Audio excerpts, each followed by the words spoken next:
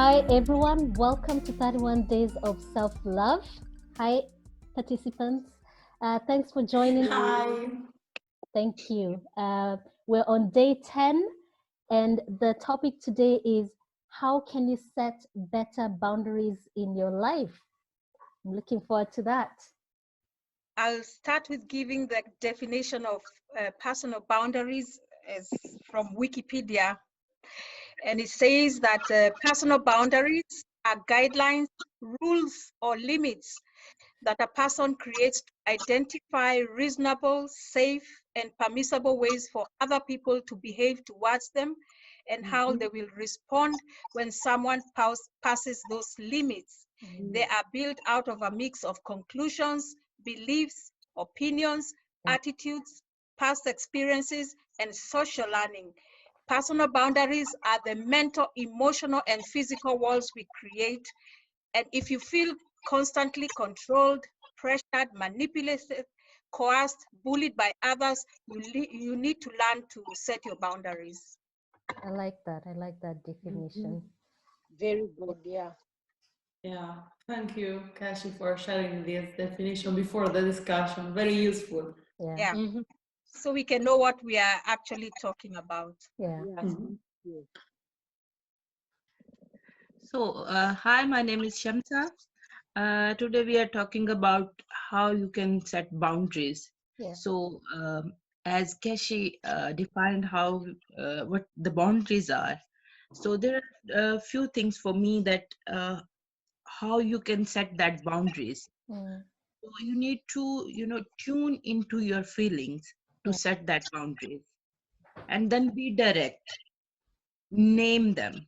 Like if you can't name them, you can't set your boundaries, like what you are feeling, where you are standing, Yeah. what are the situation, what you feel like other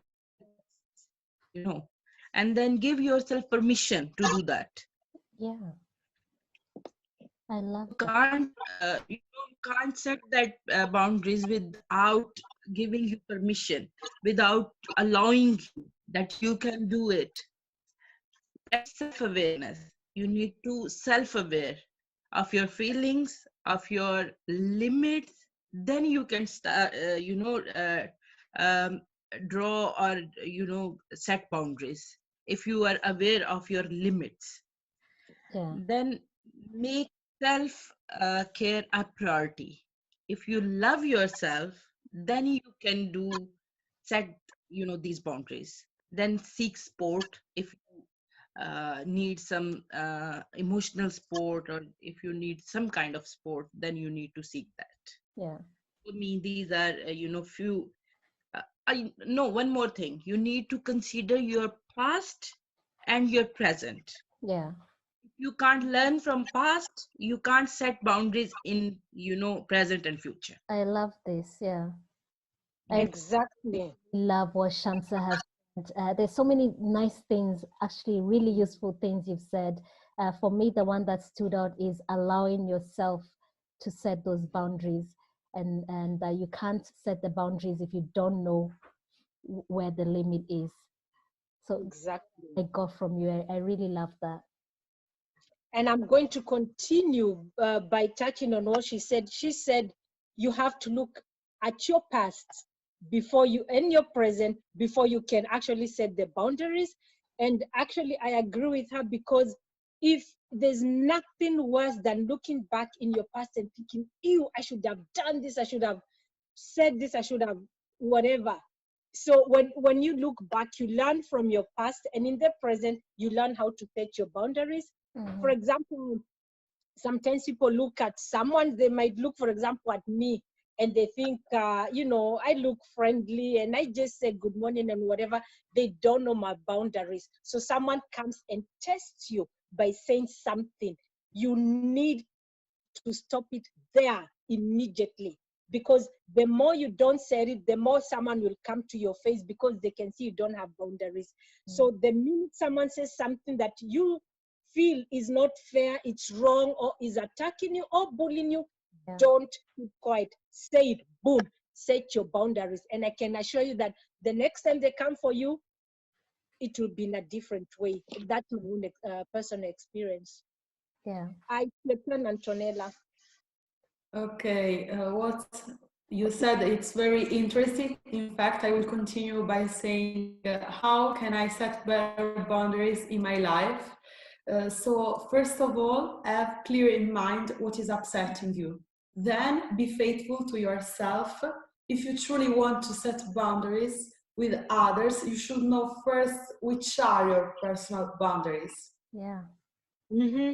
Otherwise, it's a loss of time. And then, in this moment, my personal opinion and way of setting boundaries distinguish between strangers and acquaintances, and how do I set boundaries with the beloved ones. So with the first category, it's easier. With the people that we are not in a strict relationship with, it's easy. If we respect ourselves, we just have to speak up and to speak politely but firm on same time. Don't allow bullying or public humiliation, harassment, never. And if we immediately perceive inside something is remaining inside our stomach after the discussion, it's a signal. So listen to our signals. Then the second category, the most complicated, how to set boundaries with the people that you love. They can be the closest friends, your partner, or also your family. With them, it's complicated because we also have our emotions.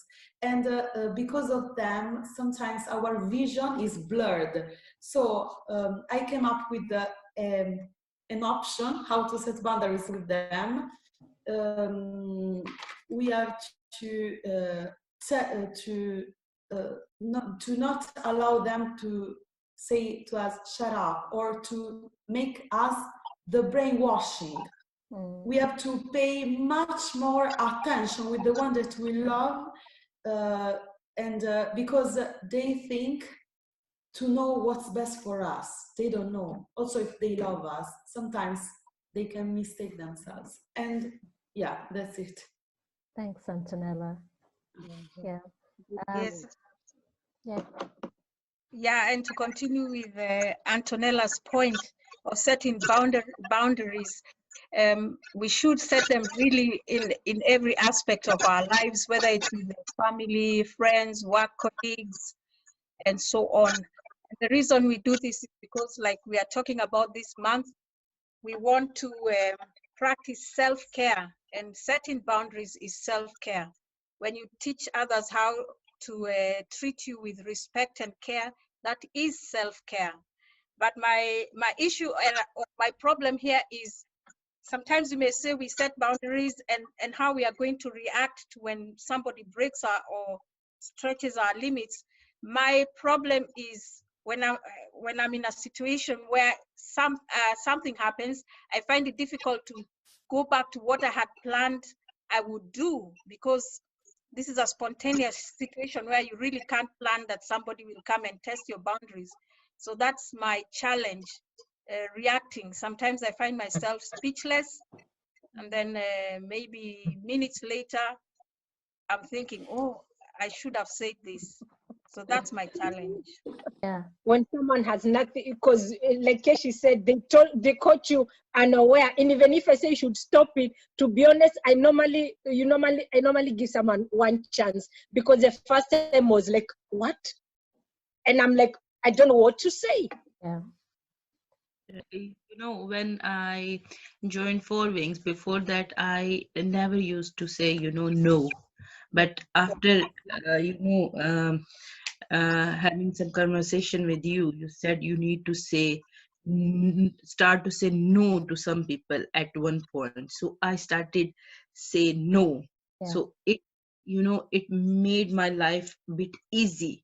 And sometimes you can't take it. Some people call you at night and they say, can you do it for me? No, I can't, sorry, I'm not at that point that I can help you at that time, because that is not emergency.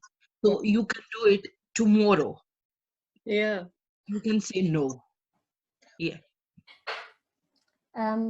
I know, Sonia, will come to you next. I just wanted to say about saying no. Yeah. It's okay to say no. You know, you're just one person. You can't really keep saying no to everything. At the end of the day, you need to also say yes to yourself and some time for your own self-care. And if you're busy helping everyone, saying yes to everything, then you're saying no to yourself, you know, and in the end, you run yourself to the ground and you burn out. And then that's not good for you and the immediate people around you that you care about. Yeah. So please just think about this next time. Before you say yes to someone, think, am I saying no to myself by saying yes to think about? Yeah, the same thing. Prioritize yourself. Yeah. You know, when you're setting limits or boundaries, prioritize yourself. Yeah. Love yourself. Then you can create boundaries. Yeah. So how to set my boundary? I think I really agree about what Chiku said. You need to say no to others, and you need to say yes to yourself. Respect yourself, your feeling, and your boundary. Because you value your time and energy, you can't get other people to deplete it because you have your own mission to complete in life. So you have more freedom when you say no to others and say yes to yourself. Yeah. And next, sometimes I feel guilt and anxious about the consequence. If you say no to yourself and say yes to others, and in contrast, if you say yes to others, say no to others, you feel, oh, did I upset them? I'm not a good person. I'm not nice enough. I need to be helpful. I need to remain my positive image to others. So I think to set a healthy boundary, you need to stop feeling guilt because you are entitled to have your boundary and have all your rights that's on your hands. And next, I think we need to communicate first because sometimes people emotion is not in the same level with you. Sometimes there will be some miscommunication.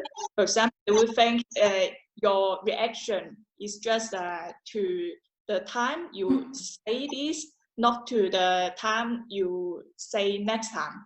Or sometimes they will forget it, or they just I agree with what Kashi said. They just test your boundary. So we need to check again first to see what's this person's intention. If they forget, maybe we need to just kindly mention them that this is my boundary and teach them how to react next time. But if they are intentionally just want to intrude your boundary, maybe we need to just speak firm and be more assertive to this situation. And I think the last thing, the last skill, it takes time and experience to identify is that because there are different kinds of personality there.